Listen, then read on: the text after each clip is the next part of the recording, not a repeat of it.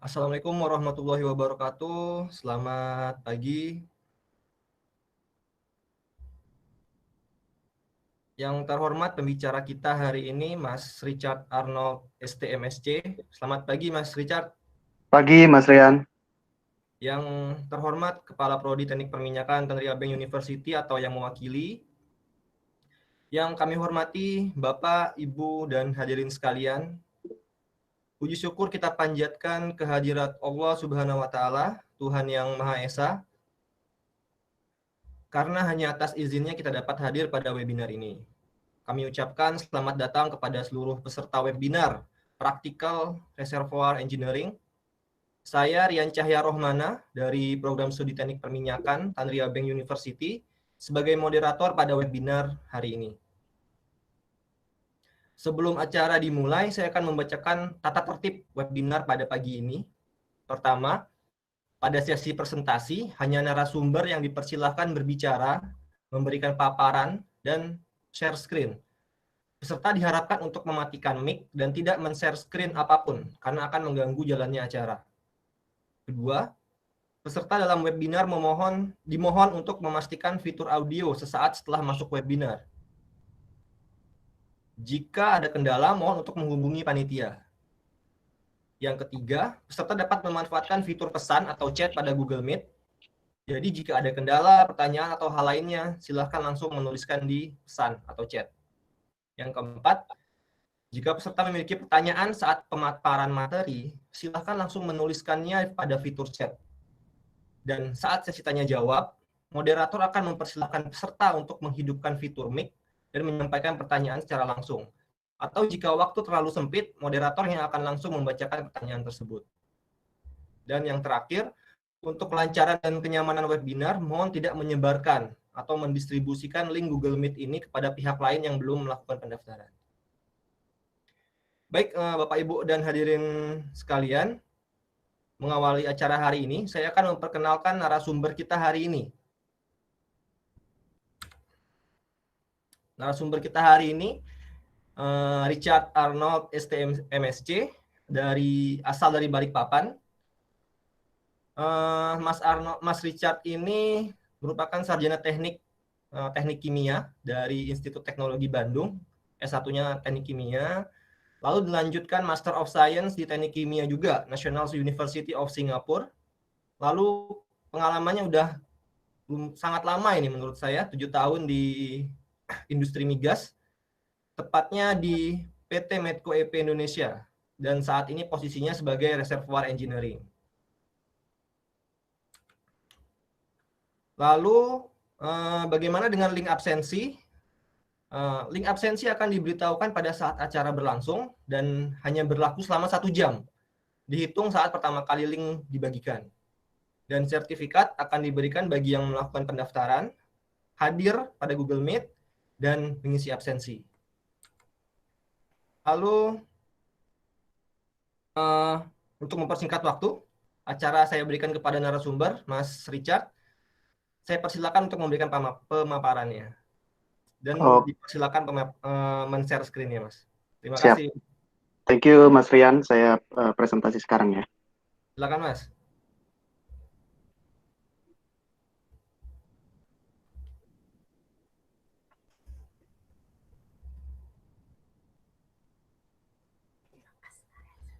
Apakah sudah kelihatan, Mas?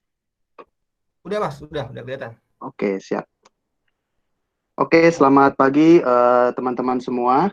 Perkenalkan, sekali lagi saya Richard Arnold, dan pada kesempatan kali ini saya akan membawakan materi tentang Practical Reservoir Engineering. Oke, sebelumnya saya sangat berterima kasih kepada rekan-rekan dari Tanri Abeng University, Prodi Teknik Perminyakan, Mas Rian, dan rekan-rekan yang lain untuk invitation-nya dan semuanya, koordinasinya, komunikasinya, sampai acara webinar kali ini. Saya terima kasih ya, Mas Rian ya. Oke, pada kesempatan kali ini saya akan membawakan materi ini, dan mostly saya akan mengcover bagian basic-nya saja ya. Jadi untuk teman-teman di sini yang mahasiswa, saya harap ini bisa sangat relevan dengan studi dan planning rekan-rekan masing-masing, dan untuk teman-teman di sini yang akademisi atau yang praktisi, mungkin materi yang basic ini bisa jadi semacam refreshment lah buat kita untuk mengingat-ingat lagi basic dan fundamentalnya seperti apa. Oke, sekarang ke agendanya. Saya membagi presentasi ini menjadi beberapa bagian. Yang pertama adalah motivation kita, mengapa kita ingin menjadi seorang reservoir engineer atau petroleum engineer. Yang berikutnya, skill-skill apa yang dibutuhkan untuk menjadi seorang reservoir engineer. Kemudian timnya, kita sebagai reservoir engineer akan bekerja dengan siapa saja di industri seperti itu. Kemudian ada sedikit basic terms supaya kita satu view gitu ya, satu framework untuk bisa membahas ke topik yang lebih dalam, yaitu reservoir engineering analysis. Itu yang menjadi core atau inti dari presentasi saya. Nah, sebagai reservoir engineer ada sangat banyak tools diagnostik, analisis yang harus dikerjakan gitu ya. Dan di sini saya akan memaparkan basicnya, ada 10 tipe analisis. Ada production analysis, pressure survey, well performance analysis, nodal analysis, pressure transient, formation evaluation, reserve estimation, decline curve analysis, material balance, dan terakhir reservoir simulation. Oke, sekarang kita awali dengan motivasi. Mengapa kita masih mau menjadi petroleum engineer atau reservoir engineer atau drilling engineer gitu ya, khususnya di masa-masa sekarang. Teman-teman pasti tahu harga crude oil cukup rendah gitu ya, dari yang pernah jaya-jayanya di $100 per barel, turun bahkan pernah minus ya beberapa bulan yang lalu, dan sekarang di level 45-an. Itu cukup bisa dibilang bagi orang industri cukup rendah lah. Dan juga masa-masa COVID, demand-nya turun gitu ya, jadi ya kurang menarik lah secara industrinya. Bahkan beberapa perusahaan udah klaim gitu ya untuk pilot atau bankruptcy gitu. Nah, pertanyaannya buat kita semua, apalagi teman-teman mahasiswa, masih adakah future gitu ya bagi seorang petroleum engineer? Nah, di sini saya memaparkan beberapa cuplikan ya untuk menjawab bahwa sebenarnya masih sangat besar peluang kita untuk menjadi petroleum engineer atau reservoir engineer. Masih ada lapangan pekerjaan yang cukup luas lah di masa-masa yang akan datang. Nah, di gambar yang kiri ini ada 2019 outlook dari Exxon Mobil gitu ya. Di sini ada forecast kebutuhan sumber bahan bakar, dan dapat lihat di sini bagian yang paling atas adalah oil yang berwarna hijau. Ya, minyak masih menempati ranking 1 untuk pemenuhan kebutuhan energi dunia, disusul oleh natural gas. Dan kita tahu kalau kita reservoir engineer atau petroleum engineer, kita akan menghandle oil and natural gas gitu ya. Kemudian ada coal, electricity, renewable, dan nuklir dan solar seperti itu, atau matahari ya, surya seperti itu. Ini dari pandangan Exxon. Bagaimana dengan pandangan Indonesia gitu ya? Di sini saya ambil dari Indonesia Energy Outlook. Di sini tim atau peneliti membuat beberapa skenario, ada 3. Ada business as usual, pengembangan berkelanjutan, dan rendah karbon.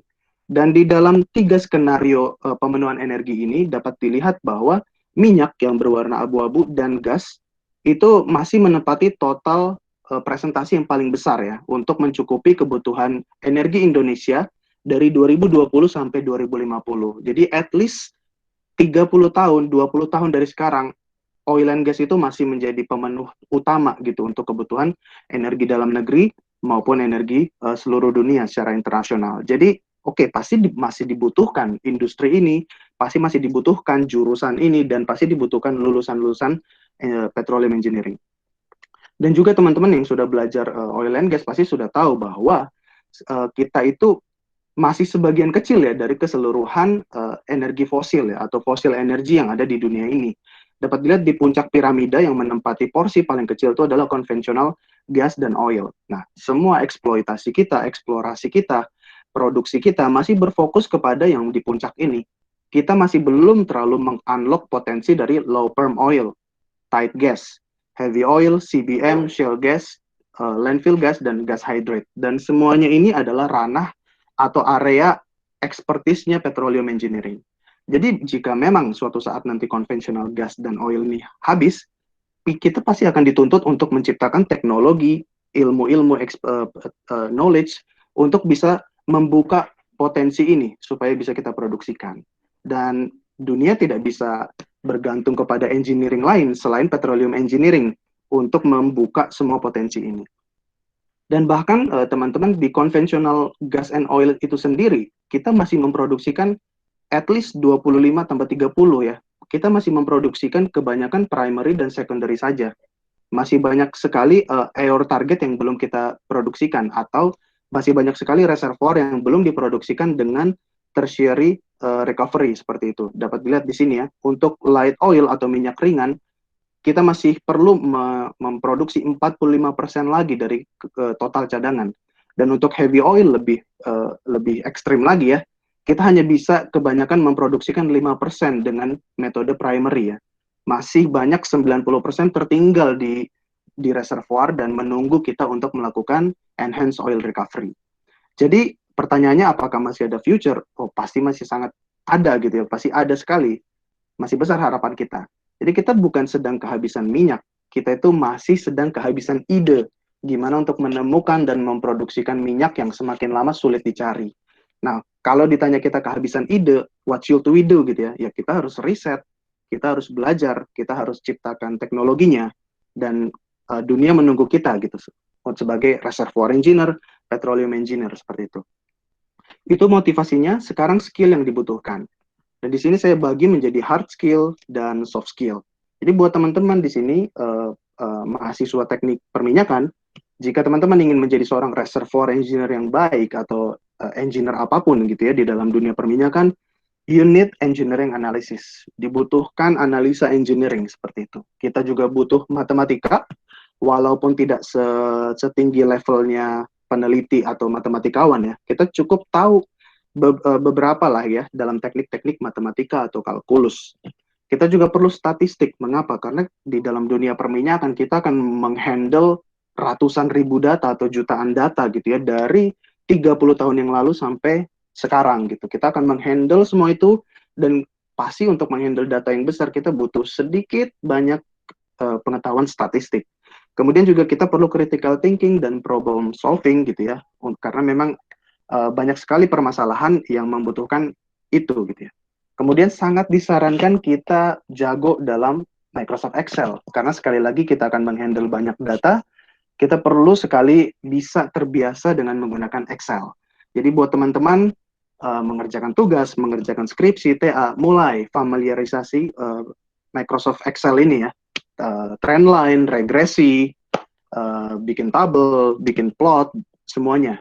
Kemudian kita di industri dituntut untuk bisa terbiasa dengan menggunakan software, baik untuk analisis reservoir simulation, material balance, well test, semuanya itu menuntut kita untuk menggunakan software, karena itu tidak bisa di-handle hanya dengan Excel. Ada banyak software komersil, nanti ketika kita udah masuk industri, kita akan di-training dan kita akan memakai itu dalam pekerjaan kita sehari-hari. Kemudian kita juga perlu sedikit banyak pengetahuan tentang ekonomi, karena ujung-ujungnya oil akan berujung pada uang gitu ya. Jadi semuanya akan dilihat dari apakah pengeboran ini, apakah enhanced oil recovery ini ekonomis atau tidak. Kalau tidak ekonomis ya jangan dilakukan. Kalau ekonomis, oke, let's go, kita lanjut lagi untuk melaksanakan proyeknya. Dan yang terakhir di sini yang saya daftarkan atau list adalah programming. Nah, mungkin teman-teman terutama milenial ya, semakin lama semakin booming ya untuk data science, data analitik, coding, programming seperti itu ya, artificial intelligence. Ya, sekarang oil and gas industry mulai merambah ke sana, makin lama makin banyak kita belajar gitu ya untuk data analytics atau data science atau big data atau artificial intelligence, machine learning.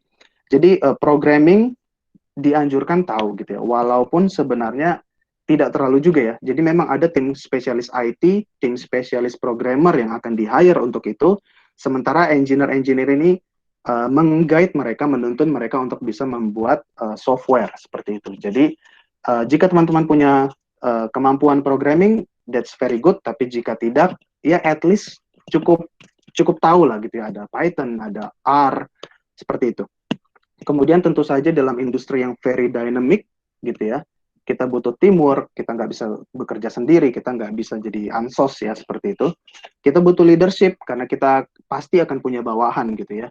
Teknisi, operator, tim-tim yang akan bekerja di lapangan yang kita adalah koordinatornya. Kemudian kita harus bisa berkomunikasi dengan baik kita harus bisa berkomunikasi dengan baik dengan manajer untuk meyakinkan mereka untuk program-program yang kita buat. Juga sangat disarankan teman-teman dalam industri perminyakan, we always use English, jadi kita harus terbiasa menggunakan English dalam email kita, dalam paper yang kita buat gitu ya, dalam report yang kita buat. Banyak sekali industri minyak gitu ya yang menggunakan English gitu. Walaupun secara conversation belum gitu ya, tapi di dalam reporting, writing, atau presenting itu semuanya udah English. Writing, teman-teman juga dituntut untuk bisa presentasi dan work under pressure. Kemudian timnya, kita tentu saja tidak bisa bekerja sendirian, kita bekerja dengan beberapa teman-teman yang paling dekat dengan kita, yaitu production engineer. Mereka yang akan berfokus pada artificial lift, stimulasi, dan well design. Kita juga akan bekerja sama dengan surveillance engineer atau field engineer. Mereka ini yang ada di garda terdepan, yang ada di lapangan, yang ada di daerah yang jauh di sana, offshore maupun onshore. Tugas mereka itu merecord data, mengoptimisasi equipment, mengoptimasi artificial lift gitu ya, troubleshooting, dan mereka menjadi jembatan antara kita di headquarter gitu ya dengan operation yang ada di lapangan. Jadi ini field engineer.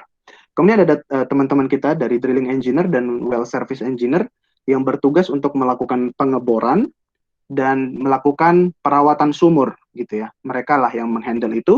Kemudian kita juga bekerja sama dengan surface facility engineer. Mereka ini yang mendesain dan yang mengoptimasi gitu ya production network, perpipaan, pompa, kompresor, seperti itu. Mereka juga yang melakukan flow assurance supaya aliran fluida kita dari reservoir ke permukaan dan nanti ke penjualan itu bisa berjalan dengan lancar.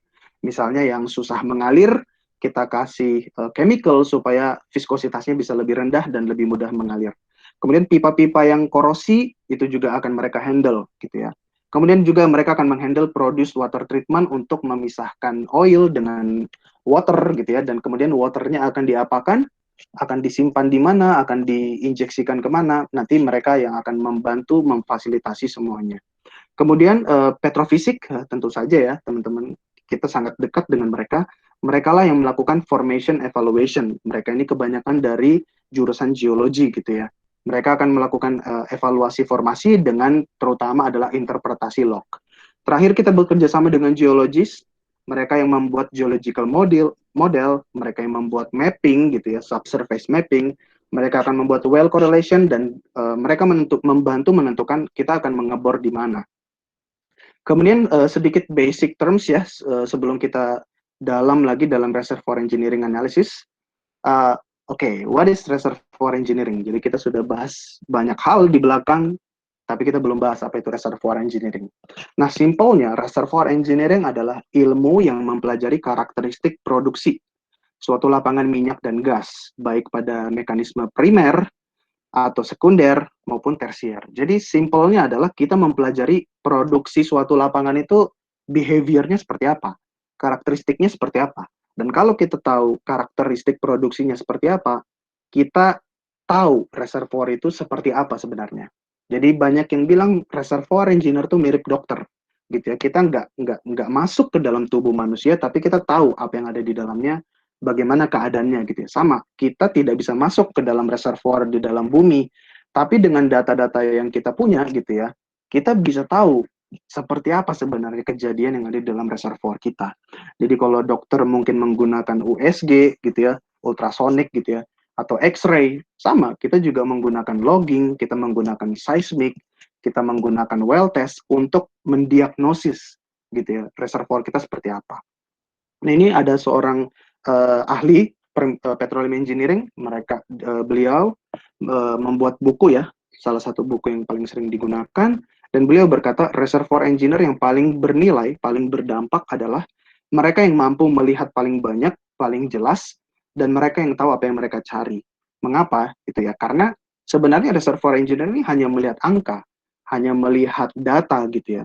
Tapi dengan pengalaman dan pengetahuan yang dia punya, data-data itu, gambar-gambar itu bisa dia olah di pikirannya dengan analisisnya sampai dia bisa membaca sebenarnya reservoir engineer, si reservoir ini seperti apa performanya, karakternya, dan lain sebagainya. Nah, berikut ada reservoir system. Jadi sebelum kita bahas reservoir, kita harus tahu sistem reservoir itu seperti apa. Jadi sebuah reservoir ini kita berbicara ada gas dan oil, yaitu reservoir hidrokarbon. Dia bersumber dari source rock, ya. Jadi hidrokarbon itu dirilis dari source rock ini. Ini yang menjadi kitchen atau dapur yang memasak semua jasad-jasad renik gitu ya.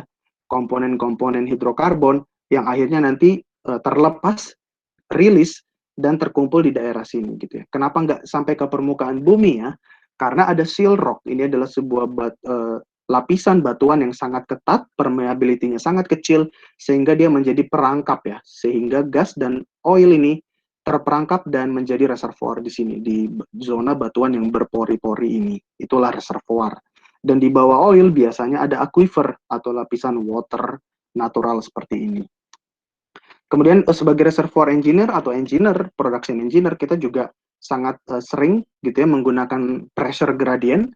Jika pressure gradient yang dinyatakan dalam PSI per feet gitu ya, per foot, sekitar 0,01 sampai 0,1 itu kita tahu bahwa sebenarnya komponennya adalah gas. Kalau 0,2 sampai 0,35 itu most likely adalah oil. Sementara untuk gradient 0,433 ke atas gitu, most likely itu adalah air atau water. Jadi kita bisa menebak isi dari sumur kita hanya dengan menggunakan data pressure gradient. Kemudian reservoir itu bisa berproduksi karena dia punya mekanisme pendorong atau drive mechanism. Ada banyak sekali drive mechanism. Reservoir engineer salah satu tugasnya adalah untuk bisa menganalisis sebenarnya reservoir yang kita punya itu drive mechanismnya apa. Ada gas cap, ada water drive jika drive mechanism berasal dari aquifer yang mendorong minyak untuk mengalir ke atas.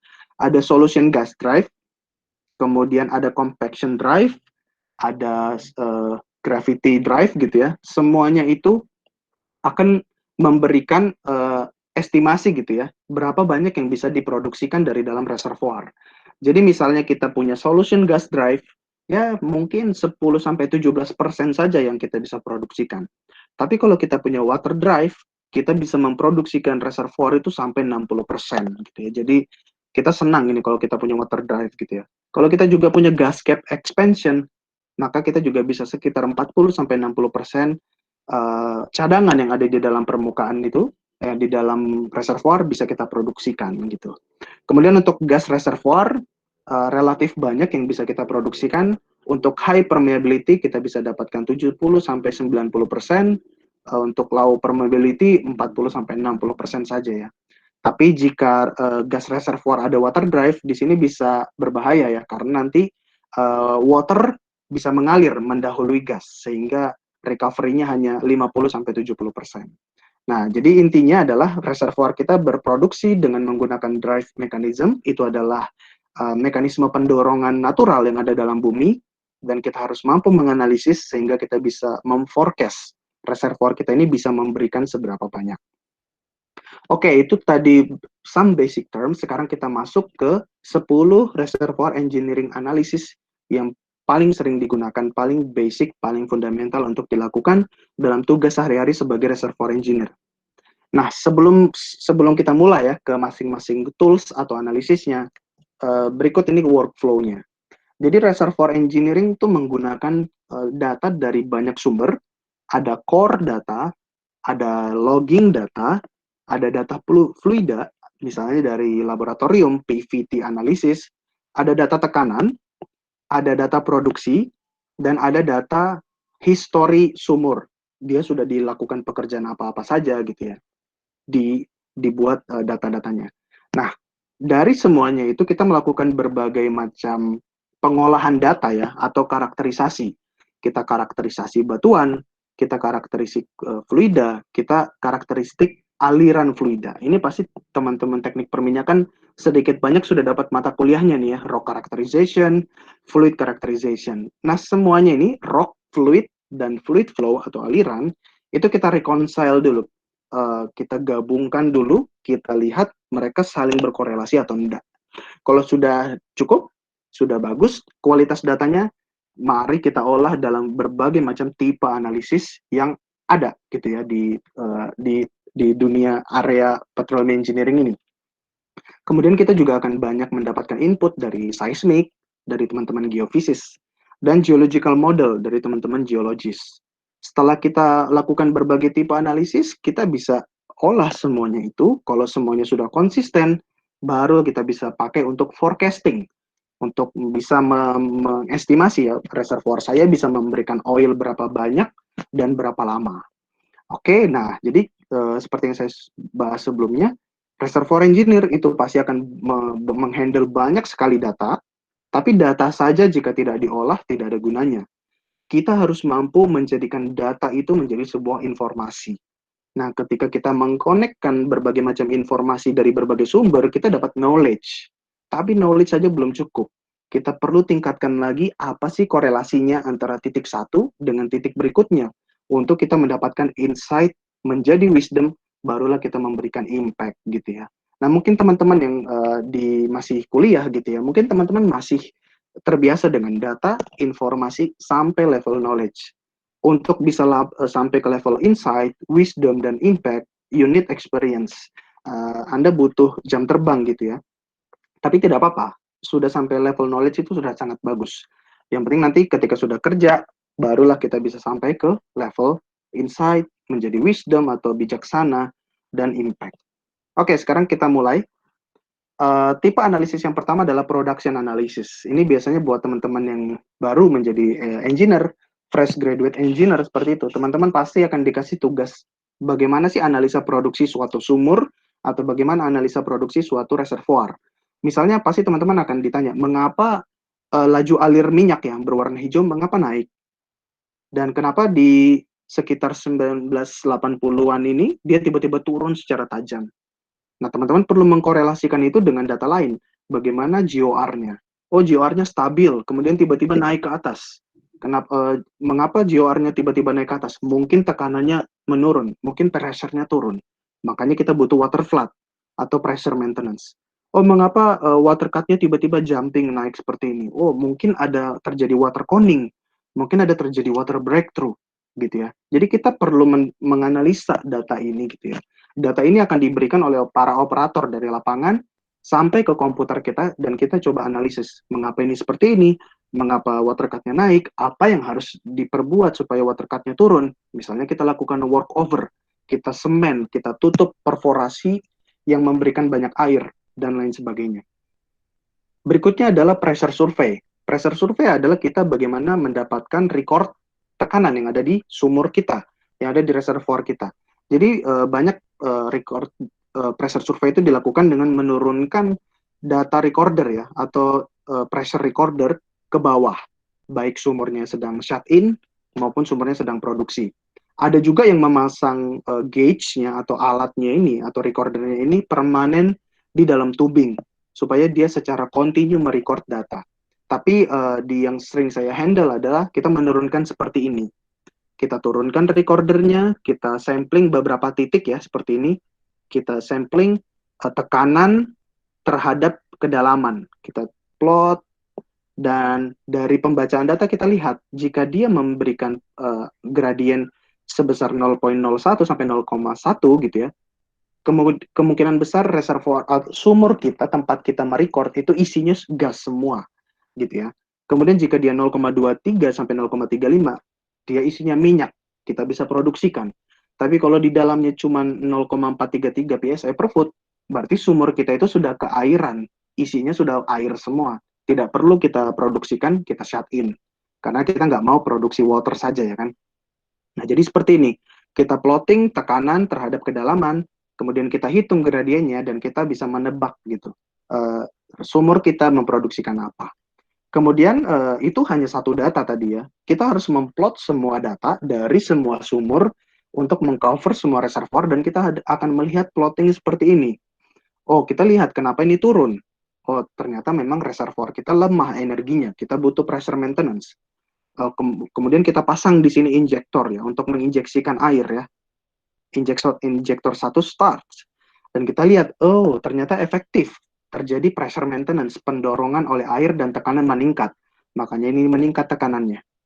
Kemudian kenapa di ujung ini dia menurun lagi? Oh ternyata ada injektor yang shut in, ada yang mati karena sumur injektornya itu keplak dengan pasir atau dengan sand. Kemudian ada juga yang injektor yang shut in karena ada fish, ada alat yang tertinggal jatuh ke dalam sumur sehingga sumurnya tidak bisa beroperasi.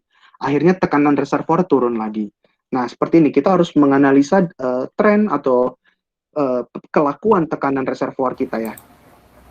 Oke, berikutnya production analysis, performance pressure survey, kita akan membahas well performance analysis. Jadi kita sebagai reservoir engineer harus mampu bisa menganalisis performa sumur kita, ratusan sumur, ribuan sumur, atau puluhan sumur saja. Kita harus melakukan analisa sebenarnya sumur saya ini bisa memproduksikan berapa banyak. Nah, ada banyak testing yang bisa kita lakukan, ada back pressure, ada isochronal test, ada modified isochronal test. Ini semuanya hanya perbedaan variasi laju alir dan perbedaan variasi periodenya ya, dan shut-in-nya. Kalau kita terus produksikan dengan laju alir yang terus meningkat tanpa ada shut-in, itu dia back pressure. Kalau kita alirkan, kemudian matikan, alirkan lagi, matikan lagi gitu ya, itu adalah isochronal test. Sama, hidupkan, matikan, tapi periodenya lebih singkat, itu adalah modified isochronal test. Kita catat semua data laju alir, kita catat semua data tekanan, kita plotting, dan kita akan mendapatkan kurva seperti ini. Inilah yang menjadi kurva performa sumur kita. Jadi kita bisa tahu kalau kita produksikan pada tekanan tertentu, kita akan mendapatkan laju alir berapa. Atau kalau kita produksikan pada bukaan choke tertentu, teman-teman mungkin tahu ya, atau pasti tahu ya tentang choke. Pada choke tertentu, kita akan punya tekanannya berapa. Ketika kita tahu tekanannya, kita bisa mengestimasi laju alirnya berapa. Nanti kita akan mengadjust ya, kita akan mengubah laju alir kita supaya cocok gitu ya dengan kebutuhan. Misalnya kalau kita punya gas industri, maka kita akan mengalirkan gas kita seberapa banyak dibutuhkan oleh industri, misalnya industri pupuk atau PLN atau industri apapun yang membeli gas dari kita. Misalnya mereka minta 30, ya saya sebagai penjual, saya akan membuka sumur saya sampai bisa memberikan 30 sesuai kontraknya gitu ya. Jadi saya nggak mungkin memproduksikan banyak-banyak sementara yang dibeli oleh industri pupuk atau industri listrik hanya sedikit. Jadi seperti itu. Jadi kita harus bisa menyesuaikan produksi dengan kebutuhan. Tapi kalau kita produksi minyak, itu tadi gas ya. Kalau kita minyak, maka kita pasti keinginannya produksi sebanyak-banyaknya gitu ya. Karena kita akan jualnya ke pasar minyak, bukan ke pabrik pupuk, bukan gitu ya. Pasar minyak gitu. Jadi kita ingin produksikan sebanyak-banyaknya gitu untuk revenue sebanyak-banyaknya. Nanti bisa dari minyak penjualan itu nanti bisa juga disalurkan ke apa namanya ke kilang dan lain sebagainya. Oke, itu tadi well performance analysis. Sekarang yang lebih banyak, lebih kompleks lagi adalah nodal analysis. Nah, nodal analysis ini lebih dihandle oleh production engineer ya, bukan reservoir engineer. Tapi tetap saja reservoir engineer harus sedikit banyak mengetahui seperti apa nodal analysis. Jadi kita tahu, di sini saya buat definisinya ya. Nodal analysis adalah metode sistem analisis yang digunakan untuk menganalisis performa suatu sistem yang terdiri dari banyak komponen. Jadi kita tahu sistem kita itu banyak sekali komponennya. Ada komponen reservoir, tubing, kepala sumur, pipa, separator, dan lain sebagainya. Dan masing-masing pertemuan itu memiliki pressure drop. Dia memiliki suatu perpotongan di mana kita berproduksi. Jadi misalnya pertemuan antara reservoir dengan tubing, maka kita tahu titik pertemuannya adalah lubang perforasi. Jika pertemuan antara tubing dengan pipa, maka pertemuannya adalah di wellhead. Seperti itu ya, seperti ditunjukkan pada titik ini, pada gambar ini. Ada reservoir, ada casing, ada tubing, masing-masing ada titiknya. Dan di masing titik-titik tersebut kita bisa merecord data dan tekanan, laju alir dan tekanan. Dan setelah dapat semuanya itu kita bisa lakukan analisis seperti ini. Jadi di sini misalnya kita punya history data laju alir suatu sumur. Di titik 1, dia melakukan konversi dari natural flow menjadi ESP. Oke. Kemudian di titik 2, dia mulai menunjukkan penurunan laju alir. Dan ternyata di titik 3, laju alirnya sangat rendah. Apa yang terjadi? Nah, setelah kita analisis, dari nodal analisisnya, kita lihat 1 dan 2 dia masih dalam satu kurva, berarti masih normal. Tapi di ketiga, dia kurvanya menjadi sangat kecil. Oh, kita tahu sumur kita mengalami formation damage gitu ya, dan kita perlu melakukan stimulasi. Oh, ternyata dilakukan stimulasi hydraulic fracturing, dan ternyata laju alirnya meningkat kembali ke titik 4 gitu ya. Dan kita tahu di titik 4 itu maka di nodal analisisnya di bagian sini di warna ungu. Artinya kelengkungannya makin besar, dia makin lebar, kita tahu dia sedang mengalami perbaikan performance karena stimulasi. Kemudian di titik 5 dia melakukan ESP upgrade gitu ya. Nah, ini nodal analisis ini membantu kita menganalisis performa sumur kita. Nah, nodal analisis simpelnya gitu ya adalah perpotongan antara IPR dengan TPR. IPR ini adalah inflow performance relationship dari reservoir, TPR ini adalah tubing performance relationship gitu ya, berasal dari tubing. Nah, ini perpotongan antara IPR dan TPR di situ adalah point operation kita. Dan kita bisa mengubah-ubah, misalnya kita mengubah ukuran tubing, maka operasi kita akan lebih rendah. Dan kalau terjadi kenaikan skin atau kenaikan damage, maka IPR kita akan menjadi semakin kecil seperti ini. Itu yang keempat, dan sekarang ada pressure transient analysis, salah satu tipe analisis yang paling terkenal. Ini sama, kita melakukan variasi laju alir, kita catat tekanan, dan kita olah datanya. Ini sama seperti kita misalnya melemparkan batu ke dalam kolam, dan kemudian terjadi gelombang gitu ya, gelombang air gitu, yang akan menjalar atau merambat sampai ke tepi-tepi kolam tersebut. Nah, dari situ kita olah datanya dan kita akan mendapatkan bentuk kira-kira seperti ini. Nah, ini adalah kurva overall dari well test analysis atau pressure transient analysis yang sangat dibutuhkan jika kita ingin menganalisis reservoir kita seperti apa. Nah, detailnya adalah seperti ini. Jadi jika kita punya sumur yang mengalami hydraulic fracturing atau memiliki natural fracture, dia kemungkinan akan memberikan tren seperti ini. Jadi ketika reservoir engineer mengolah data tekanan dan laju, yes. Maaf, presentasinya nggak muncul, Mas. Oh, untuk yang mana, Mas? Sekarang nggak ada share screen-nya nih, Mas. Hilang. Oh, oke, saya cek lagi ya. Mungkin bisa present now ulang lagi, Mas? Iya.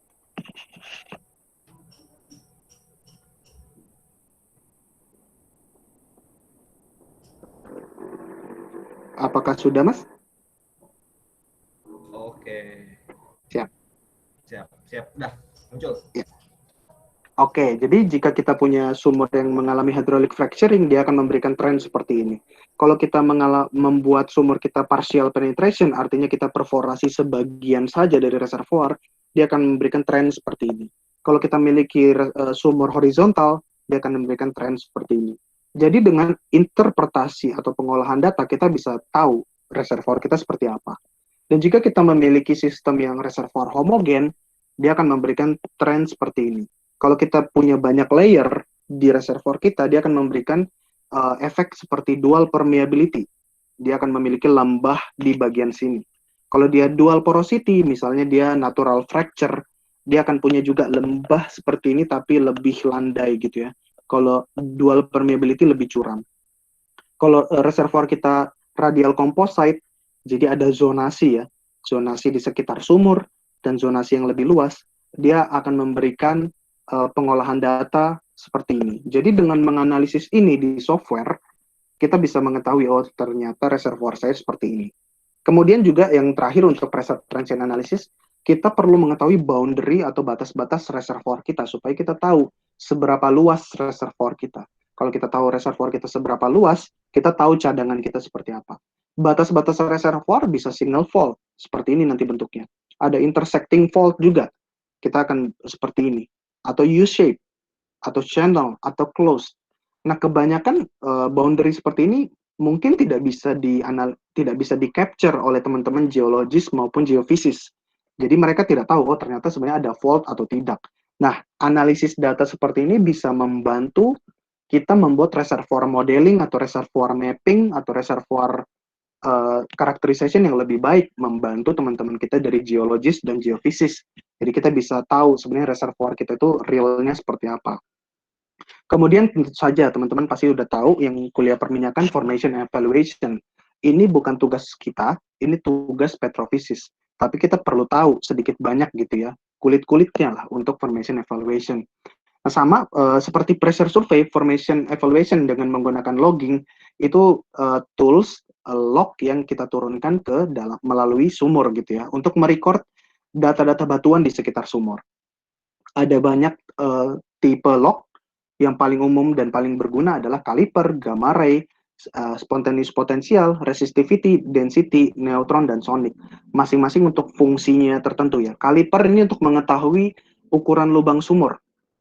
Gamma ray untuk mengetahui tipe batuan atau litologi. Spontaneous potential untuk mengetahui mana sih lapisan yang permeable. Resistivity untuk mengetahui di mana hidrokarbon dan di mana air. Density dan neutron ini kita bisa menggunakan untuk mengetahui porositas batuan dan hidrokarbon kita di mana.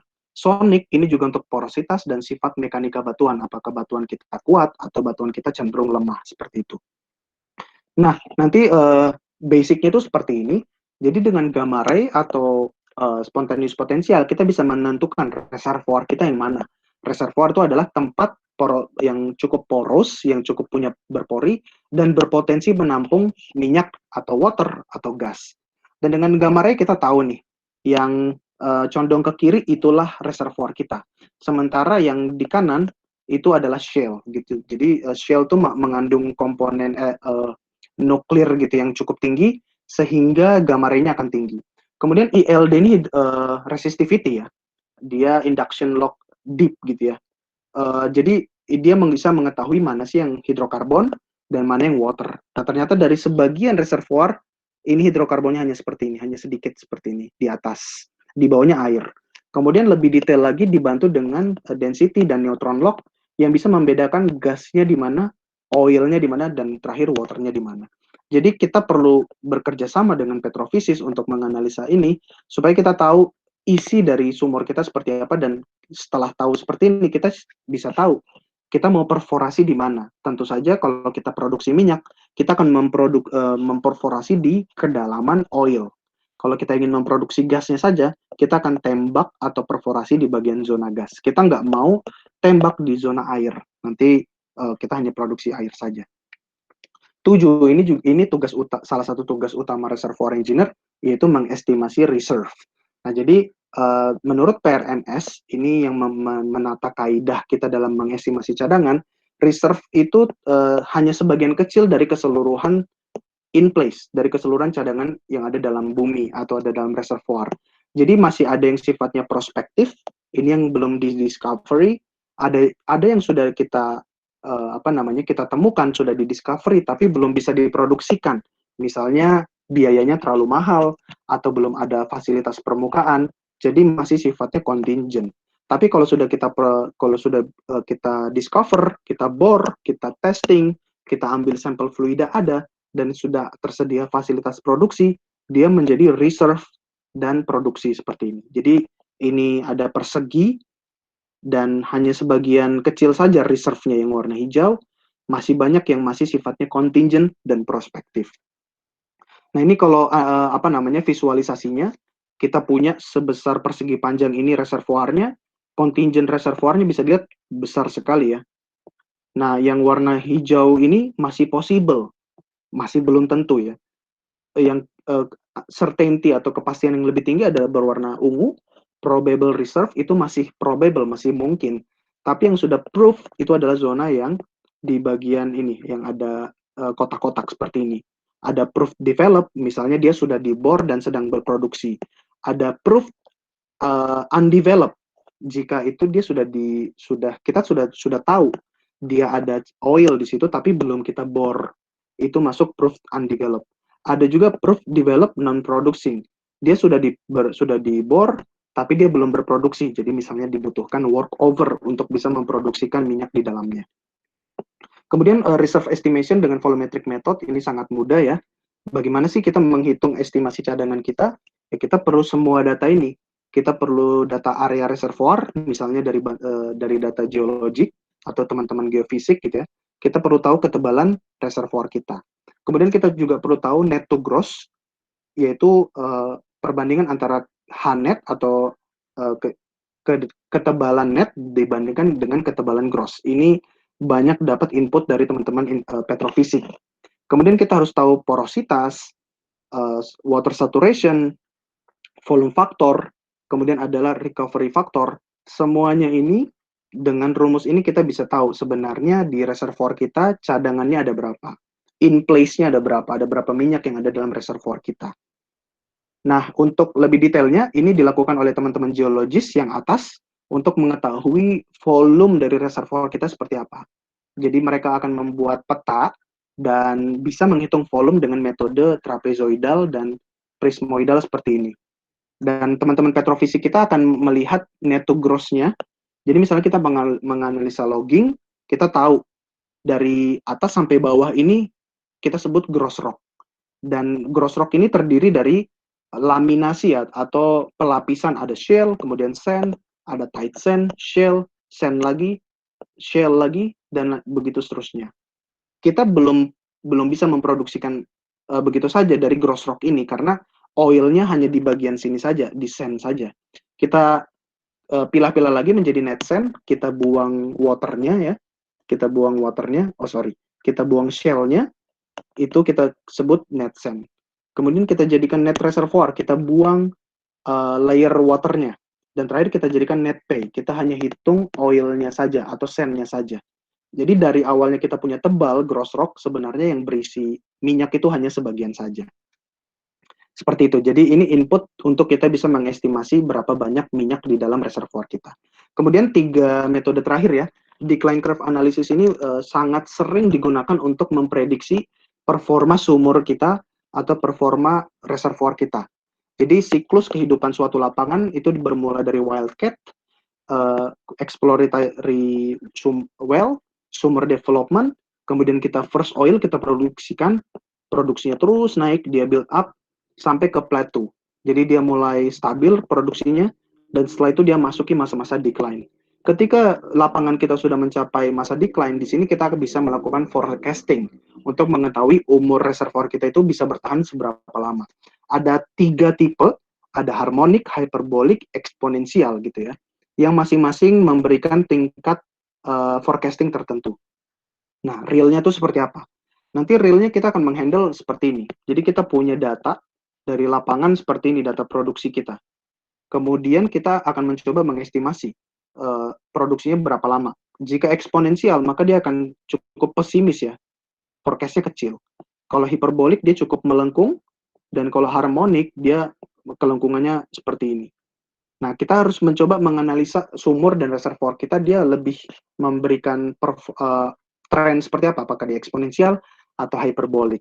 Nah, kemudian kita plot ketiganya seperti ini, dan kita punya seperti ini ya, hyperbolic, harmonic, eksponensial, berapa remaining reserve-nya, atau berapa cadangan yang tersisa.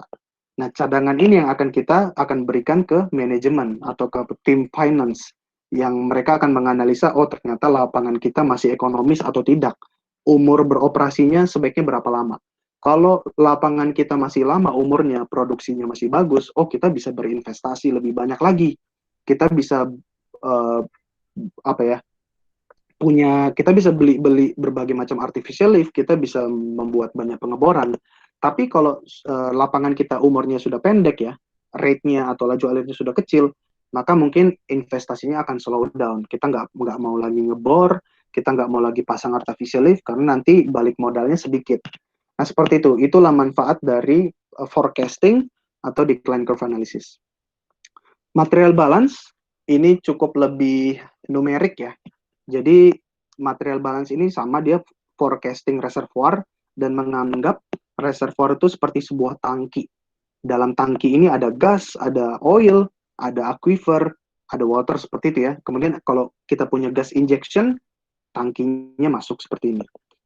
Kalau kita water injection, maka ada water masuk ke dalam tangki.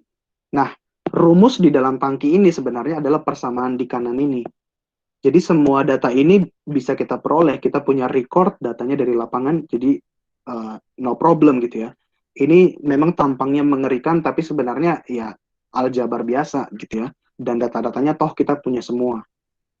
Dan kita olah, kita utak-atik secara algebraic, dan kita mendapatkan N. N ini oil in place, berapa cadangan awal dari reservoir kita bisa kita dapatkan dari sini. Ini simpelnya. Nanti kita penggunanya tentu saja menggunakan software. Seperti ini softwarenya. Jadi kita punya 2 reservoir yang kotak ini dan beberapa sumur seperti ini misalnya. Ada juga kita punya injektor. Kita buat reservoir modelnya, kita taruh semua data, dan kita melakukan history matching seperti ini.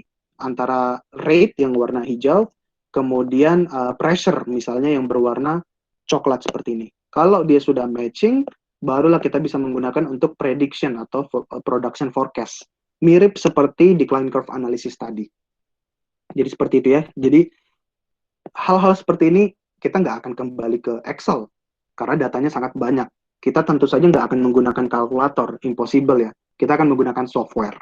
Dan software yang penting kita tahu basicnya, fundamentalnya, dan cukup tahu fitur-fitur di dalam softwarenya. That's it. Udah bisa kita melakukan analisis.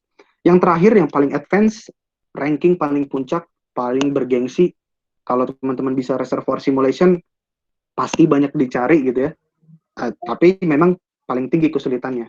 Nah, ini gabungan dari semua data. Ada seismic, ada integration for the seismic, dan analisa teman-teman geologi, facies, dan lain sebagainya, structural model, stratigraphic model. Sudah dapat geological model, dibuat grading, reservoir grading, upscale, dan terakhir flow simulation.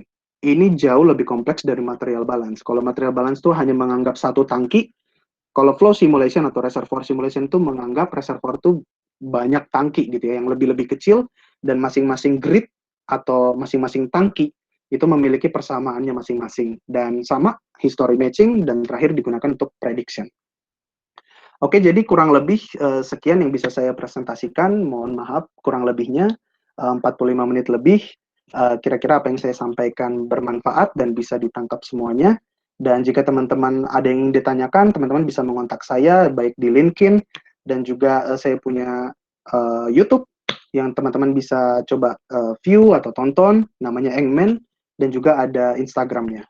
Oke, demikian yang bisa saya sampaikan. Silakan saya kembalikan lagi ke Mas Ari. Oke, Mas Richard.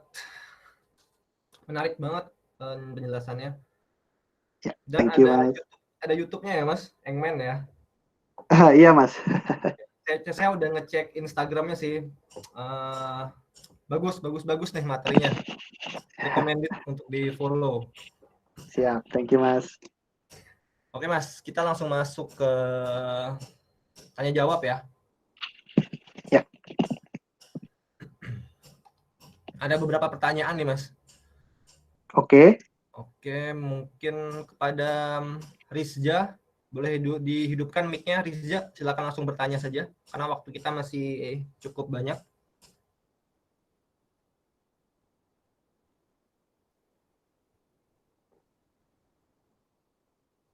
Halo, Riza? Atau saya bacain aja deh, Mas. Siap. Ini ada Rizja dari Tadria Bank University. Dia bertanya, selain Microsoft Excel, menurut pengalaman Bapak, software apa lagi yang harus dipelajari atau yang sering digunakan dalam bidang reservoir engineering? Terima kasih. Siap. Silakan, Mas. Oke, very good and applicative question ya, Riza. Sebelumnya disclaimer, saya nggak promosi ya, tapi saya coba beberapa saja. Ya, jadi betul, untuk reservoir simulation, itu yang paling sering adalah Petrel, T-Navigator, dan Eclipse, dan CMG, gitu ya. Ini masing-masing punya kelebihan tertentu ya. T-Navigator, tapi kalau ngomong kelebihan nanti takutnya komersil. Ya, intinya itulah ya. Kemudian untuk well test analysis itu Kappa atau Ecrin ya. Ini cukup terkenal. Untuk material balance ada Embal, diproduksi oleh Petroleum Expert. Kemudian untuk decline curve analysis ada OFM dari Schlumberger. Nah, good news-nya semua yang saya sebut itu bisa teman-teman surfing di YouTube. Ada tutorialnya. Jadi just go and check it gitu. Teman-teman bisa belajar, dan nanti kalau tugas akhir teman-teman bisa mungkin memberanikan diri gitu ya. Pak, saya pengen skripsi atau TA software tertentu untuk memfamiliarisasi seperti itu. Ya begitu Riza. Gitu ya Riza. Banyak banget ya Mas sebenarnya softwarenya ya. Betul. Tuh. Oke, selanjutnya dari Mas Ahmad. Mas Ahmad, boleh dihidupin mic-nya atau saya nanya? Mas Ahmad Hasan.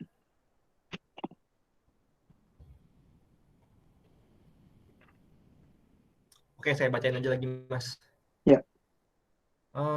Dari Mas Ahmad Hasan, Pak, apakah ada aplikasi khusus untuk mengolah data reserve estimation secara 3D? Oke, pasti ada. Yang salah satu yang paling banyak digunakan itu adalah Petrel. Nah, reserve estimation ini atau pembuatan model ini ada beberapa ini ya tujuan ya. Kalau kita simply hanya mau mengetahui cadangan dan pengen mengetahui seakurat mungkin model kita seperti apa, kita akan membuat yang sangat akurat gitu ya, yang sangat detail seperti itu. Tapi kalau reserve estimation-nya kita ingin buat yang lebih ke simulasi untuk prediksi, nah kita pengen kecepatan simulasinya itu cepat. Nah, kita ingin membuat model yang lebih coarse, yang lebih tidak detail-detail seperti itu ya, supaya kita bisa ketika simulasinya dia lebih cepat. Nah, jadi sama softwarenya sama, aplikasinya sama, Petrel seperti itu, CMG, kemudian T-Navigator, tapi nanti keperluannya beda. Ada yang pengen simple buat geological model untuk dipelajari atau untuk forecasting. Jadi softwarenya masih sama seperti yang tadi. Sama. Oke, selanjutnya dari Sali. Sali dari Tariabeng University ingin bertanya, apa saja kendala yang biasa dialami oleh seorang reservoir engineer? Kendalanya nih Mas. Kendalanya ya. Kendalanya kalau yang saya alami yang pertama, reservoir engineer itu kebanyakan dia di office, di headquarter. Sementara kerjaan kita utama adalah data. Dan data ini berasal dari orang lapangan. Misalnya kayak saya, lapangan saya di Palembang sana, di pedalaman Sumatera Selatan sana. Nah, data-data ini kan yang mengambil teman-teman dari teknisi atau teman-teman dari operator yang bukan seringkali ya, yang mungkin tingkat ketelitiannya tidak sebesar engineer ya, karena operator punya banyak tugas, teknisi punya banyak tugas, mereka bisa saja nyempling data itu satu gitu ya. Sementara reservoir engineer ini banyak pertanyaan, datanya akurat nggak, dia sudah ngecek 2 kali nggak, seperti itu ya. Jadi seringkali mungkin masalah utama berasal dari data ini reliable atau enggak. Kalau memang datanya tidak reliable, kita minta bantuan lagi untuk pengambilan data lagi. Nah, biasanya yang menjembatani itu adalah field engineer. Field engineer ini rekan kita, sama-sama engineer, tapi dia yang ada di sana. Kemudian kendala-kendala berikutnya adalah kita untuk bisa melakukan analisis, kita butuh tools yang cukup mahal. Misalnya kita butuh logging yang cukup mahal. Dan tingkat kemahalan itu membuat pekerjaan yang kita propose itu menjadi tidak ekonomis. Dan ketika kita presentasi ke manajer kita atau ke manajemen atau ke level-level yang lebih atas, bisa-bisa nggak goal gitu ya, nggak tembus seperti itu. Jadi kalau teknologi itu tidak di-approve, tidak diizinkan, wah kita harus pakai analisa yang lebih konvensional, yang lebih tradisional. Dan ketika kita rely, kita bergantung kepada analisis yang lebih konvensional atau hanya bergantung pada asumsi, nanti ujung-ujungnya hasilnya pun kurang akurat gitu ya. Jadi ekonomi itu juga seringkali menjadi kendala. Ya. Karena biasanya memang metode yang semakin canggih semakin mahal ya Mas. Betul sekali Mas Rian. Oke, pertanyaan selanjutnya nih Mas. Dari Alfredo Daniel, saya langsung bacain aja.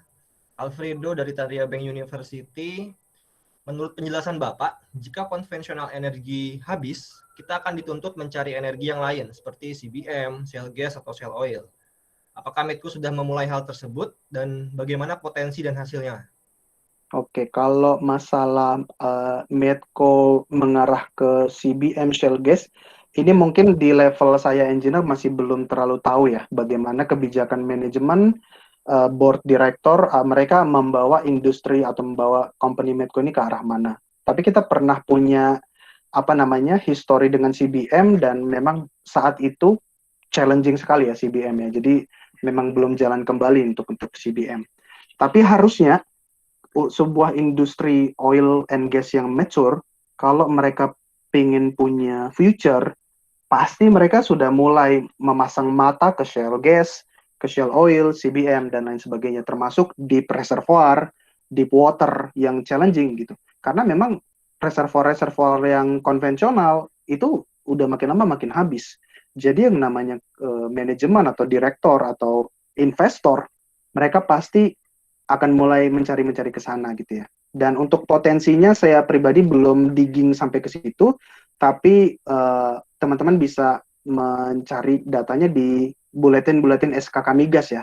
Bisa cari ke link SKK Migas, nanti bisa kita lihat buletin bulanannya. Di situ terpapar lah sedikit banyak seperti apa dipetakan potensi dari heavy oil, CBM, atau potensi enhanced oil recovery yang ada di Indonesia. Kira-kira seperti itu, Alfredo. Oke, terjawab ya, jelas. Ya. Selanjutnya, Mas. Dari Adi Maulana. Apakah data reservoir bisa dijadikan dasar atau acuan untuk penentuan target produksi minyak dan gas? Oke, sebenarnya untuk penentuan target produksi minyak dan gas kita nggak punya hal lain selain data reservoir. Jadi kita pasti justru akan menggunakan data reservoir itu untuk menentukan target. Nah, tapi data ini ada banyak. Ada data sifatnya angka produksi, laju alir. Itu bisa kita gunakan decline curve analysis. Datanya bisa berbentuk log. Log ini kita harus kembangkan dulu menjadi ujung-ujungnya reservoir model. Nanti reservoir model jadi simulasi, baru kita jadikan prediksi untuk target reservoir. Datanya bisa berbentuk core. Ya, core ini nggak cukup. Nggak bisa kita tahu produksi kita dari core. Nanti dari core ini kita catat porosity-nya, kita catat saturasinya, baru kita pakai rumus-rumus seperti material balance tadi. Jadi pasti kita akan menggunakan data reservoir. Hanya saja kita perlu tahu, kalau data kita logging, ini kita mau jadikan apa nih data log ini. Data kita core, kita mau jadikan apa. Data kita pressure, kita mau jadikan apa. Tapi ujung-ujungnya pasti ada jalan gitu ya, untuk ke target produksi. Seperti itu, Adi. Oke, kejawab ya Adi, Mas Adi. Selanjutnya, Mas. Dari Ihsanubalia. Mas Ihsan ini dari UGM, izin bertanya, apakah dengan background teknik geologi bisa masuk ke reservoir engineer? Terima kasih. Biologi aja ada, Mas. Oh, biologi aja ada ya, Mas? Ya, jadi saya pribadi teknik kimia ya. S1 teknik kimia, S2 teknik kimia. Ketika di interview di Medco, mereka bilang, kamu cocok jadi reservoir engineer. Saya nggak kebayang sama sekali apa itu reservoir. Di benak saya, reservoir itu kayak pompa, tangki, reaktor, gitu ya. Karena saya teknik kimia, jadi nggak tahu sebenarnya. Setelah masuk Medco jadi reservoir engineer, baru belajar dari nol semuanya, gitu ya. Sangat bisa. Teknik geologi justru ada kelebihan mengetahui fasies itu apa, litologi itu apa, mengetahui formation evaluasi apa. Tapi di sini kalau saya ngobrol-ngobrol ke teman-teman geologi gitu ya, kebanyakan agak capek ngeliat angka, tapi nggak tahu ya, mungkin semuanya, mungkin nggak semuanya gitu ya. Betul, Mas, betul. Betul ya. Tapi ada juga rekan-rekan saya yang geologis, dia ngambil S2 teknik perminyakan. Itu untuk meningkatkan, mengekspansi karir dia. Jadi possible banget. Sama seperti tadi teman saya di ITB dulu S1, S1 dia biologi, S2 dia ambil TM, teknik perminyakan di ITB, possible banget. Yang penting yang tadi, yang saya bilang di hard skill, teman-teman harus, betul, teman-teman jangan takut sama matematika. Matematikanya sebenarnya nggak banyak kok. Engineer itu jangan dipikir cuma ngitung ya, enggak. Engineer itu analisis abstrak yang ada di pikiran kita. Jadi bukan kalkulus, integral, diferensial, enggak gitu ya. Jadi pasti bisa. Yang penting tidak anti angka, tidak anti statistik, dan cukup gitu bisa punya gambaran flow, gambaran geologi, semuanya itu. Jadi still possible. Ihsan, ya. Ya, Mas Ihsan. Masih mungkin Mas Ihsan. Selanjutnya dari Mbak Wendri Putri ini. Ini pertanyaan lanjutan kayaknya Mas. Tadi Ya, ada, jika perusahaan tidak memberi izin untuk menggunakan teknologi canggih yang mahal, maka harus digunakan tingkat analisis yang tinggi dan menggunakan metode konvensional. Seperti apa metode konvensionalnya Pak? Ya mungkin salah satu contohnya aja kali Mas. oke. Metode konvensional ini untuk forecasting decline curve analysis itu sangat konvensional ya. Yang supernya pasti reservoir simulation. Dan selain DCA, selain decline curve analysis, ada banyak metode plotting yang termasuk dalam classical atau traditional reservoir engineering analysis. Ada kurva water oil ratio versus cumulative production. Ada banyak sekali di literatur ada dan kita bisa gunakan. Tapi untuk sifatnya seperti logging, jika kita tidak diizinkan logging, kita bisa asumsi data di suatu sumur itu mirip dengan sumur tetangganya. Misalnya sumur tetangganya punya data logging, ya mau nggak mau kita pakai data itu. Atau kita bisa juga analogi dari lapangan sebelah gitu ya. Kita punya lapangan, kita nggak bisa berbuat banyak di lapangan ini karena investasi terbatas, kita asumsikan sifatnya sama dengan lapangan sebelah. Jadi seperti itu. Ya, betul. Bisa pakai asumsi ya Mas sebenarnya ya. Ya, Asal formasinya sama mungkin kan, reservoirnya ya, sama. betul. Oke, selanjutnya Fomalhaut Aditya dari UPN Jogja. Salah satu kendala dari reservoir gas adalah masalah mobilitas air. Apabila terjadi water cowning, bagaimana cara penanganannya? Apakah dengan mengubah tekanan bisa mengembalikan ke semula? Oke, thank you Water cowning. Aditya. Ya, betul sekali itu. Salah satunya adalah mobilitas air, di mana air itu ngebut ya, dia lebih cepat ngalirnya dibandingkan minyak, sehingga air yang mengalir ke perforasi. Nah, pertama step yang dilakukan oleh seorang reservoir engineer, kalau dia punya reservoir simulation, dia harus forecast dulu. Pada laju alir sekian, pada bottom hole pressure sekian, akan terjadi cowning atau enggak. Kalau dia nggak punya reservoir simulation, mau nggak mau kita pakai teknik konvensional dengan persamaan. Ada banyak persamaan cowning, tapi seringkali kalau kita mau mencegah cowning, itu laju alir kritikalnya itu sangat rendah. Kalau laju alir kritikal sangat rendah, tidak ekonomis. Jadi mau nggak mau kita ya terima aja gitu. Kita produksikan cukup tinggi dan ya kita produksikan sampai cowning itu terjadi. Karena kalau kita mau cegah cowning, lebih baik kita matikan sumurnya aja, itu nggak akan terjadi cowning. Atau kita produksi sekecil-kecilnya, tapi manajemen nggak akan mengizinkan. Gitu ya, jadi kita nggak bisa menghindari cowning, kita nggak bisa banyak teknik, yang penting kita produksikan sampai habis. Kalau dia sudah water out atau keairan, ya udah kita tutup, kita plug, kita semen, kita perforasi layer yang lebih atas untuk menjauhi cowning. Jadi kira-kira seperti itu ya. Tadi pertanyaan keduanya, apakah dengan mengubah tekanan bisa mengembalikan ke semula? Ya, kalau kita mengembalikan tekanan, kita shut in sumurnya. Nanti waternya akan turun lagi. Tapi kalau shut in kan kita nggak produksi minyak. Jadi nggak ekonomis. Jadi ya paling banyak yang terjadi adalah seperti itu untuk Adit ya. Oke, kejawab ya, Mas. Oke, ini tinggal satu pertanyaan lagi. Ya. Dari, oh masih ada Mas, ada nambah satu lagi ternyata. Oke, dari Dian Rosianti. Apakah software reservoir dapat digunakan untuk menganalisis semua jenis data, baik itu untuk konvensional dan unkonvensional energi? Oh, apakah software, saya belum tahu ya karena belum punya pengalaman dalam unkonvensional. Tapi harusnya untuk yang unkonvensional ini dia lebih kompleks ya. Dan seringkali commercial reservoir simulation itu belum menghandle sifat-sifat yang kompleks. Simpelnya aja untuk nggak usah terlalu jauh ke unconventional, enhanced oil recovery dulu. Kalau kita dealing dengan enhanced oil recovery, kita berurusan dengan komponen chemical. Di dalam chemical ada surfaktan, ada polimer. Di dalam masing-masing polimer ini ada chemicalnya masing-masing. Jadi multi komponen sifatnya. Minyaknya sendiri udah multi komponen, ada C1, C2, C3 dan seterusnya. Chemicalnya juga multi komponen, ada surfaktan, tipe A, tipe B, ada polimer, ada water, ada gas. Jadi seringkali simulator yang tersedia itu belum menghandle itu, dan untuk bisa menghandle yang enhanced oil recovery dibutuhkan uh, simulator dengan plugin-plugin tambahan gitu ya. Jadi tidak dijual, oh langsung kita beli langsung ada, enggak. Biasanya kita butuh improve dulu toolsnya, kita tanya ke vendor tersedia atau enggak.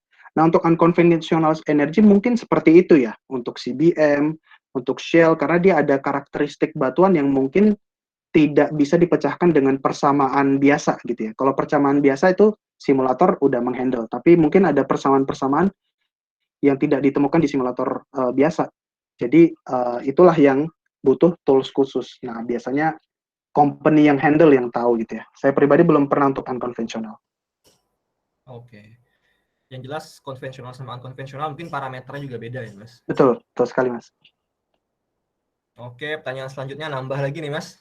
Ya, welcome. Oke, dari Juniati Angel. Juniati Angel mau bertanya langsung? Jadi Juniati Angel ini lagi skripsi nih, Mas.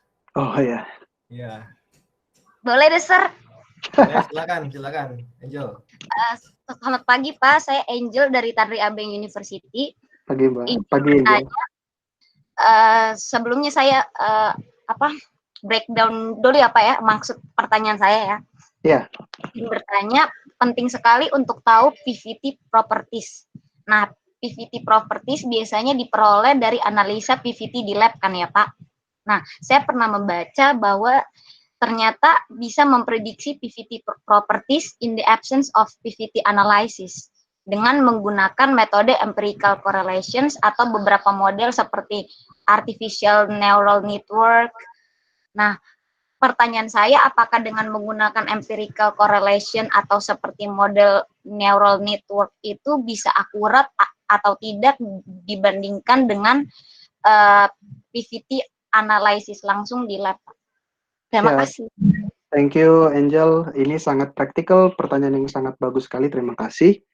Nah, misalnya kita punya satu reservoir dan reservoirnya itu ada ratusan sumur. Dan satu pekerjaan PVT analisis di laboratorium, baik menggunakan perusahaan dalam negeri maupun perusahaan luar negeri, itu biayanya cukup mahal. Nah, sebenarnya kalau kita mau ideal, satu sumur kita ambil fluidanya, kita analisis di lab. Tapi nggak mungkin kan, pasti sangat mahal sekali. Jadi bisa saja satu reservoir dengan ratusan atau ribuan sumur, data PVT-nya mungkin cuma 1, 5, atau 10. Nah, artinya untuk analisa fluida di seluruh sumur, kita nggak bisa hanya bergantung pada PVT lab.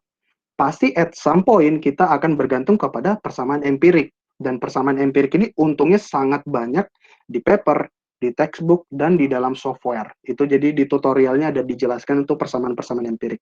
Dan pembuat persamaan empirik ini membuatnya itu matching gitu dengan dimatchingkan dulu. Jadi pasti cukuplah untuk toleransi kita ya. Memang nggak akurat banget ya. Kalau mau akurat banget ya harus pakai lab. Tapi cukuplah untuk toleransi kita. Dan nanti ketika kita input ke dalam software, dia akan melakukan matching lagi. Jadi nanti softwarenya akan minta data lab yang kamu punya apa, ada berapa kamu masukkan, kemudian dia akan menghitung dengan empirik, dan nanti akan dimatchingkan gitu ya, antara data lab dengan data kalkulasi. Jadi ujung-ujungnya dia akan matching seperti itu. Nah, nanti dari data-data seperti itu, kita akan melakukan simulasi, material balance, dan lain sebagainya. Jadi, kita nggak akan bisa berharap dari lab. Karena kalau kita berharap dari lab, harusnya semua data kita labkan. Nggak mungkin. Pasti kita akan bergantung dengan empirik, dan itu cukup memuaskan. Nah, untuk yang neural network ini lebih advance, dan aku belum terlalu terbiasa, tapi yang aku tahu neural network ini dia lebih ke statistik ya. Jadi bukan ke fisik. Di statistik itu dia blind aja ya. Dia tutup mata, dia ada data statistik, dia olah-olah secara statistik, ujung-ujungnya dapat. Itulah big data, machine learning seperti itu. Tapi kalau kita empirical, dia betul-betul diturunkan dari analisa laboratorium, ada sifat analitik, jadi lebih bisa dipertanggungjawabkan dan dijelaskan secara fisik gitu ya. Neural network sangat membantu membuat sangat cepat gitu ya, tapi harus dituntun juga dengan yang empirik dan analitik. Kalau mau dilakukan dua-duanya, it's very good gitu ya. Tapi kalau mau memilih, menurut saya, sebagai engineer, apalagi awal-awal, kita coba yang empirik dulu, supaya tahu background fundamentalnya. Seperti itu. Oke, Thank you, Angel. Angel, ada tambahan Angel? Terima kasih, Pak. Ya, sama-sama. Oke, lanjut ya Mas. Ya. Ini Mas Aditya lagi Mas. Ya. Dia nanya, dengan data input yang sama, namun dengan software yang berbeda, misal CMG dengan Eclipse, apakah nilai atau hasil outputnya akan sama atau bisa berbeda? Jadi sebenarnya kan CMG maupun Eclipse itu simpelnya itu ya, kalau kita buka dalamnya itu kan seperti Excel sebenarnya. Sebenarnya dia itu adalah sebuah mesin matematika gitu. Artinya ketika kita buat 1+1 pasti 2 gitu kan. Jadi harusnya kalau semuanya sama, grid-nya sama, luasnya sama, datanya sama, equation yang kita pakai sama, harusnya sama. Nah, seringkali template atau format equation di masing-masing software default-nya itu beda. Nah, kalau beda pasti ujung-ujungnya akan ada slightly difference gitu ya. Atau ya memang nggak persis sama, grading-nya nggak sama, ukurannya nggak sama. Tapi harusnya kalau semuanya sama, harusnya sama. Ya, itu sama kayak 1+1 di alat kalkulator atau Excel atau apapun itu sama. Jadi itu semuanya sebenarnya hanya mesin matematika. Yang penting inputnya harus sama. Tapi memang CMG dan Eclipse fiturnya kan punya keunggulan masing-masing. Jadi misalnya di satu software dia bisa lebih detail di dalam mengolah data vault gitu ya. Atau di satu software lain dia lebih detail dalam menyebarkan data properti. Ujungnya akan beda. Jadi tergantung keunggulan dua software ini. Gitu. Oke.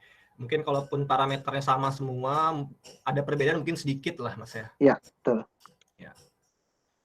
Oke, pertanyaan terakhir Mas ini, kalau nggak Siap. nambah lagi ya. Ya. Dari Hidayat Afdal. Merupakan fresh graduate dari Teknik Perminyakan UIR, Universitas Islam Riau. Bertanya, bagaimanakah gambaran dunia kerja secara teknis sebagai seorang engineer reservoir? Oke, jadi ini cukup banyak ya, cukup luas ya. Gambaran dunia secara teknis.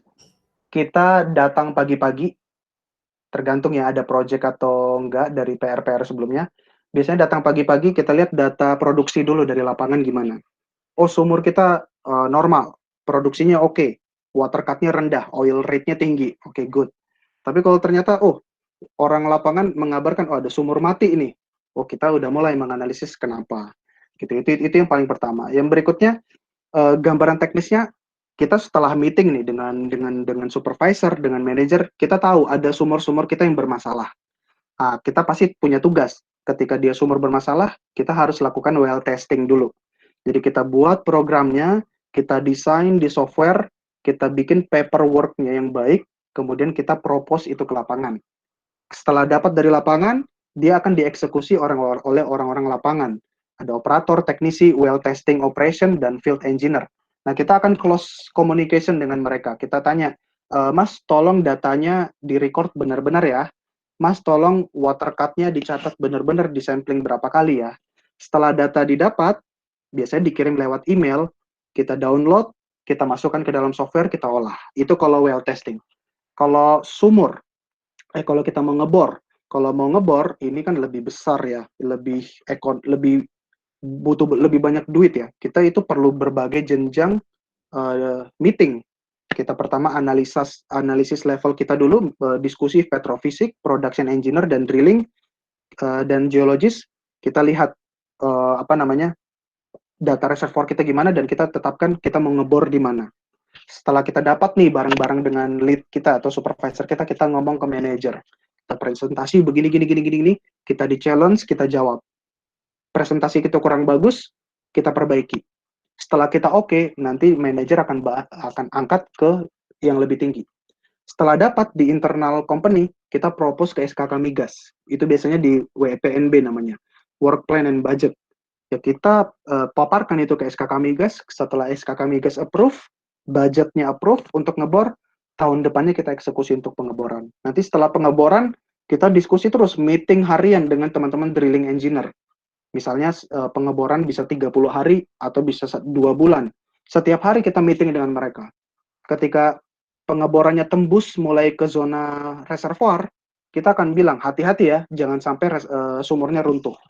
Ketika pengeborannya selesai, kita akan koordinasi dengan teman-teman petrofisik dan vendor, kita logging sumur. Dan kita ini terus komunikasi, karena masih ada rig di lapangan, kita komunikasi dengan teman-teman drilling. Udah dapat data logging, kita ngomong sama vendor, kasih dong datanya ke kita, kita ngobrol dengan petrofisik, kita analisa logging, kita tahu reservoir kita, minyaknya di mana. Kita ngobrol ke teman production engineer, kita tahu, oh kita perforasi di sini. Setelah itu kita ngomong ke manajer, dan dilakukan perforasi. Jadikan sebuah sumur di completion, beres. Kita ngomong ke field engineer, kita ngomong ke operation. Oke, sumur sudah jadi, tinggal produksikan. Produksi beres, kita catat tiap hari produksinya seperti apa. Nah, ini siklus. Seperti itu. Ya, that's it. Kayak gitu ya kira-kira ya, simpelnya. Untuk Afdal ya? Afdal, betul. Padahal realitanya lebih berat ya Mas pasti. Oh ya. Betul. Oke Mas, sementara ini emang tidak ada lagi pertanyaan. Mungkin kalau boleh bertanya pun di media sosial Mas Richard ya, yang tadi ya. Betul, LinkedIn silakan. Oke, silakan kalau ada yang mau bertanya langsung hubungi Mas Richard secara langsung. Ya. Boleh LinkedIn, boleh di IG-nya itu kan Mas, Bisa. Engman ya. Bisa, Engman. Oke. Baik, sesi berikutnya mungkin kita foto bersama dulu ya Mas. Siap. Diperbolehkan untuk semua peserta, diharapkan untuk semua peserta untuk mengaktifkan videonya.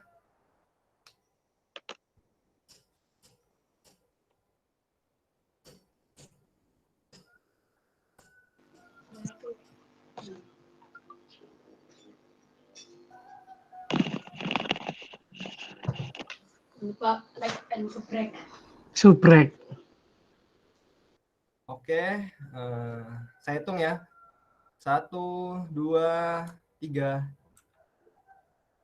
1, 2, 3. Oke, terima kasih. Oke, terima kasih kepada Mas Richard atas sharing tentang reservoir engineering, sangat menarik, membuka wawasan ya Mas. Ya. Terima kasih juga kepada Bapak, Ibu, dan hadirin sekalian telah mengikuti acara ini. Semoga apa yang kita dengarkan hari ini bermanfaat untuk kita semua. Terima kasih. Assalamualaikum warahmatullahi wabarakatuh. Sampai bertemu kembali di webinar selanjutnya. Dan kepada Mas Richard, semoga ada waktu untuk main ke kampus Mas ya, kalau pandeminya udah selesai. Amin, siap. Amin. Ya, terima kasih semuanya. Saya tutup. Terima kasih. Terima kasih Mas Richard. Sampai Siap. ketemu. Ya, see you ya. Sampai ketemu.